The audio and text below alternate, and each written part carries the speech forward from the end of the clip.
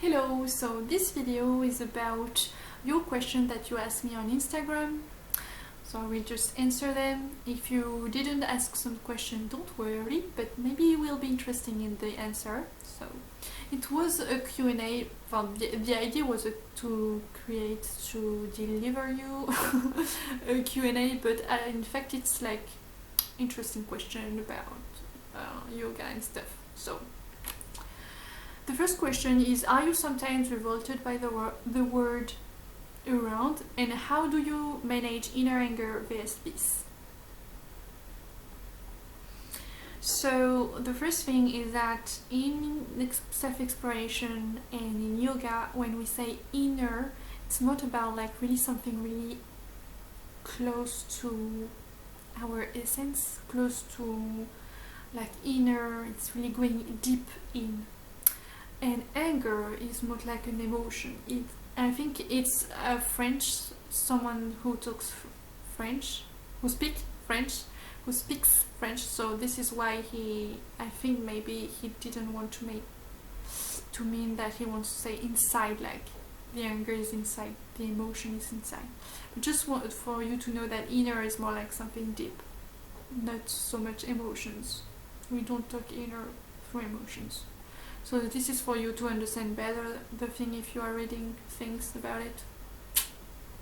And anger and peace, just the last analytic thing is like anger is more an emotional, as I was saying, and peace is not an emotion. And I will not go deep into it, but if this is something that interests you, let me know. If anything I said during this video you want to learn more about it, or you have a specific question about a certain topic, just let me know. I will consider it. It will not fall in a, I don't know. I will just read it and see if and when it is something that I want to share about. Okay, so in yoga and in self-exploration, we question everything. The most little thing that you have no idea that it is possible to question, we are going to question. The most things that we consider as sacred, as not, you can't question that, we're going to question this. So even though what you think about what is the word, what is yourself, is the word composed of something, there are people, there are the word, there are you, all these things, we are questioning this. And this is important to understand because, well, you understand that exploration is about questioning. It's not so much about having answers, even though in a way by questioning you want answers, but you are more focused on the questioning that wanting to have answers. If this is it something clear? So finding balance with emotion and with inner peace. There are two different things, two perspectives I can share for you. The first, it's the perspectives, so it's about the relationship that you have with the word, what you think is a word, what you consider is a word, is a bit a reflection of your relationship that you have with yourself, with your sensations, and with thoughts and everything. And this is certainly not a way to judge yourself. No. We don't want to judge yourself or any other person. Everything is a tool to go deeper in yourself, not in trying to judge others. Certainly not. So it can be a tool for you to take a step back and observe, and to be kinder with yourself by knowing that it is your relationship with yourself, to be kinder and loving with whatever reaction you have, which is maybe unconsciously you have this emotion which is unconscious, and know that the tool of going in, the tools are going to create some space, and you will have more and more, you will be able to have more and more distance with all these things, emotions and stuff like this, and they will appear less and less in your daily life. All these emotions that are really taking so much place, and they seem so true in the moment, and it seems there cannot be anything else than this emotion, and this is going to be to transform a bit through your practice. So trust that, at least trust it or not, I'm just telling you my experience, what I can tell you about it.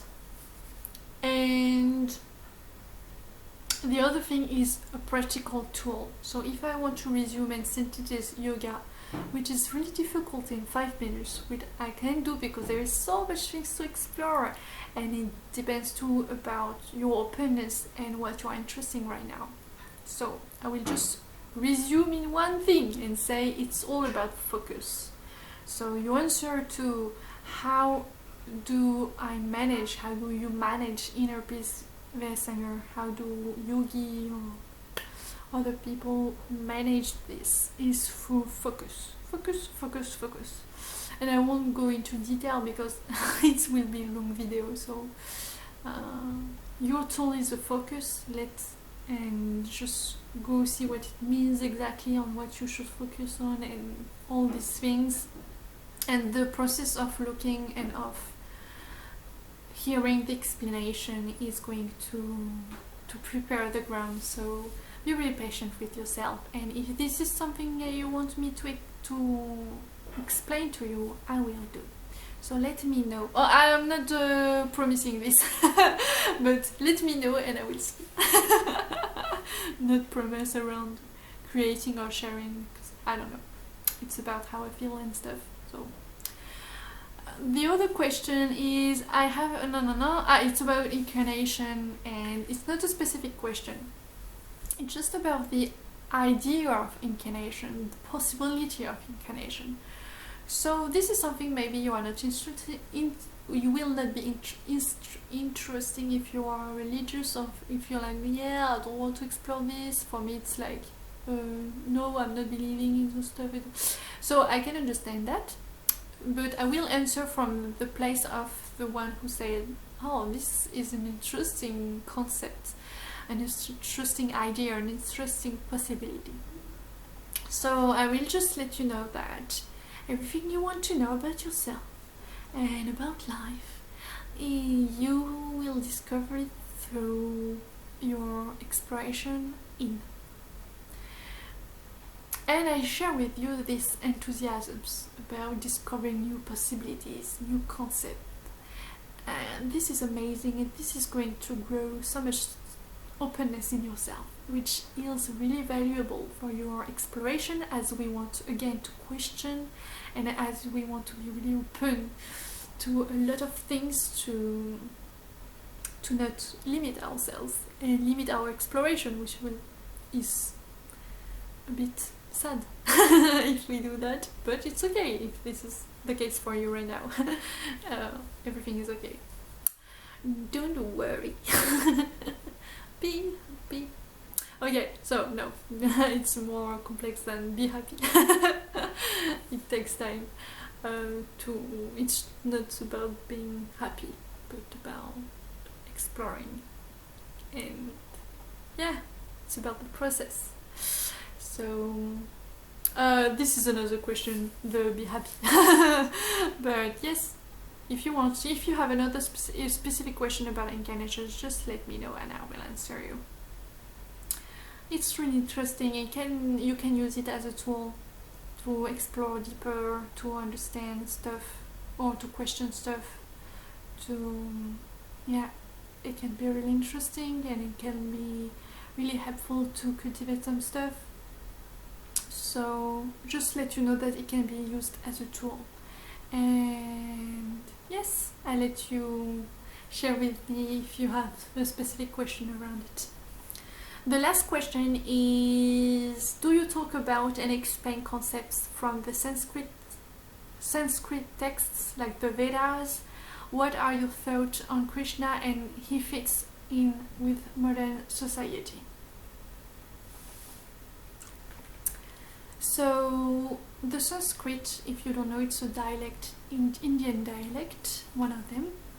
It's not used in the daily life, if I well understood. And no, I haven't studied Sanskrit. I don't know how to write Sanskrit or how to read Sanskrit. No, just that you don't need to write and read Sanskrit to explore yourself really deep as you want to, as deep as it is possible to. You don't have to read scriptures to explore yourself as deep as you want to again, and as deep as you can do. This is really important, at least for me. This is how I approach it, to really understand and know deeply by intuition that everything you want to know, you can. And you can discover it by yourself too. You can discover it by just everything is at your disposition in yourself, and by meditating and stuff, you will open the encyclopedia of the universe of yourself. So I'm saying this because I'm a bit justifying myself because I haven't studied much text in Hindu. In fact, as I already shared it, I just stumble. I just discovered I am that, and this was the open-minded thing. And as it is about non-duality, it is telling everything you need to know. There is no need to know more. There is just practice, and that's it. So I don't have so much interest in the Hindu scriptures and stuff. And I had a first internship when we were introduced to the Bhagavad Gita and the war between Krishna, the Pandavas and the other clan. It was not really my thing, because it was really not it was not a pedagogic thing to me. I thought it was an old thing, like the war and the relationship with man and woman in the text, and all. I was like, this is not something that is helping me right now with practical life, And this is your second part of the question, which is is it modern? Is Krishna modern or not? So when you ask me this question, I went to read the Bhagavad Gita, and I will read some other stuff for me to be prepared for those kind of questions. to let you know that I've read them, and it is not just my intuition talking, which at the beginning was just my intuition saying you don't need to go there. Everything you need to know you have really close to you, and everything that comes to you will help you. So there is not, I will miss something if I'm not reading the scriptures. This is what I want to say. All the help that will help you will come to you, and you will come to it naturally and with enthusiasm, openness, and knowing deeply that it will help you, and that it will unlock some stuff that it has potential. And if you come with this mindset to everything that you are reading, every teachers, every things in life, this open mindset, this is when you will learn the most. And so yes, there is no you have to and you have not to, just following your thing, be willing, aware of the lessons that can be everywhere, and that where you are interested and where you you are like, aha, this can help me, this is really going to impact me and has a great potential. So did I answer to your question? I studied Sanskrit, but for the mantras, to sing mantras, so it was just in this case. And yes, I read the Bhagavad Gita translated in English. Oh yes, what I can say is that what is said, but behind the words again, in the meditation approach, is universal and is beyond space and time. So what Krishna is saying in the text, if you don't know Krishna, it's the one who is sharing a bit the knowledge and stuff, sharing us how to say this with words, a deep meditative, no, it's sharing a piece of yourself, if I want to be honest. It's a piece of your being, of your deepest being, of who you are. So what is he saying without the context and the whole thing about, the pedagogic thing that they use, because in their culture and their context it was something really you can relate to, but now not so much. But if you have enough interest, if you have enough curiosity to read it and to see the possible potential of it, you will take what it can bring you, and you will let away what is not really helping you. And in this spirit, yes, the texts are universal and incredible, as I Am That of by Nisargadatta. They are saying sharing the yoga. What is yoga? What you are looking for. But yes, if you want a modern version, I will say go to I Am That of by Nisargadatta. This is a modern. It's more close to you maybe right now in our society, as you said.